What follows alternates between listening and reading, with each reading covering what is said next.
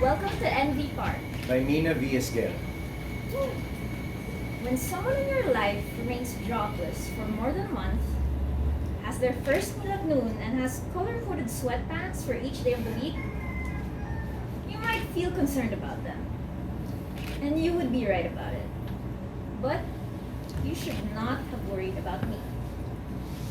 If I had a job, I wouldn't have been able to do everything I'd accomplished my first few weeks back. Step 1 and 2 of the plan would have stretched out for months. No joke.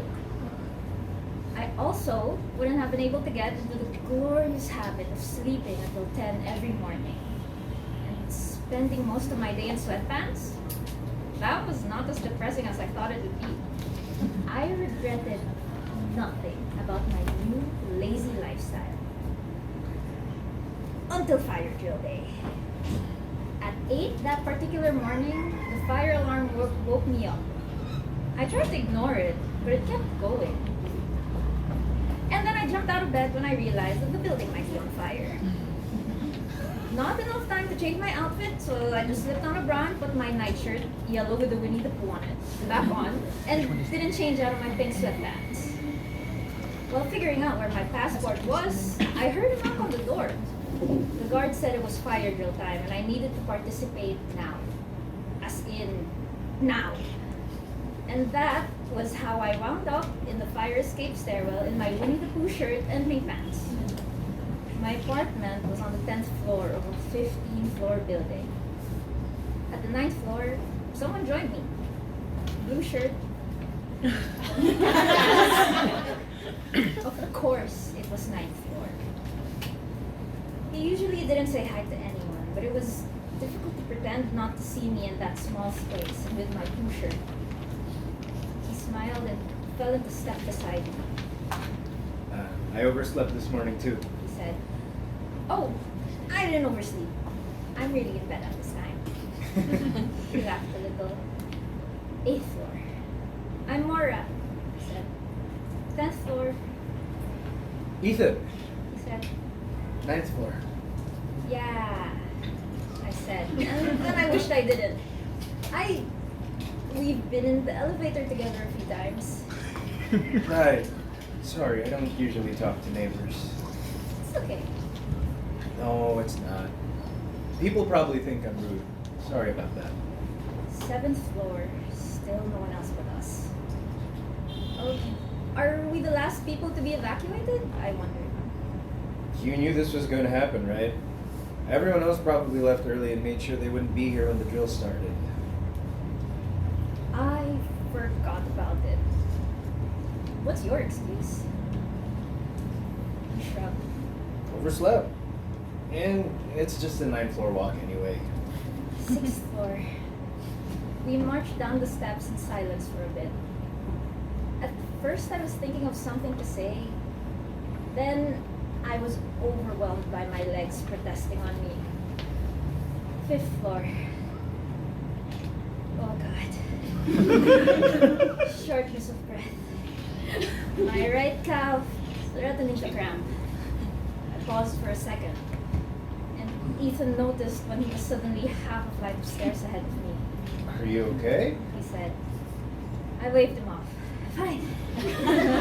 I'm fine. Not enough for complete sentences, though. He ran back up to me and touched my elbow. Are you sure? Fine, really. And I gathered up some energy to smile and start walking again. Sometimes it can get stuffy in these fire escapes. He was saying, slowing down to match my pace. Deep breaths. I couldn't. Trying. Then my lungs were cutting me off halfway through. Good thing my legs kind of went on autopilot and were just marching through the pain. Yeah, there was a little pain. 4th floor. Do you need help? Ethan said suddenly. I'm fine, said the girl on the verge of collapsing. Legs complaining. Do you have asthma? I shook my head. Are you sure? I nodded. He was being nice, and I could already hear Roxy's voice in my head yelling at me to be nicer. You don't have to respond, but I'm just gonna keep talking. He said. Because it'll help make the walk seem faster. Or, at least it will for me. You can tell me later if this just made it more horrible for you. I managed to smile. I'm renting. He was saying. A 1-bedroom. It looks great, and the owner hasn't even tried to live there. I almost feel bad about sitting on the couch. Everything is so new, but everything in the building's new anyway. 3rd floor. Unknown feelings started near my knees and moved up my thighs. And Ethan hadn't stopped talking. Ground floor. I was so relieved to make it to the street. We were ushered by building security to a designated safe zone, and I saw everyone else there. Everyone else in Tower 3, at least those who didn't skip out on fire drill day. And then, I dropped my hands to my knees and tried to catch my breath. Hey, not here in the crowd. Hands on my upper arms gently up and led me to the edge of the safe zone, away from the people. What's happening? I took a breath, and then more, and he was just waiting for me to answer. Thankfully, by then, the feeling was coming back everywhere. I'm better. I just found out how out of shape I am. And then even from the 9th floor laughed. Yeah. You should work on that, Moira. We have a gym in Tower 3. I realized that my lungs were accepting deep breaths again, and I turned to Ethan, still beside me. Thank you, I said. Thanks for talking to me in there. Did it help? Yes, it did. In that I found out more about him than I ever would have dared to ask on a normal elevator ride.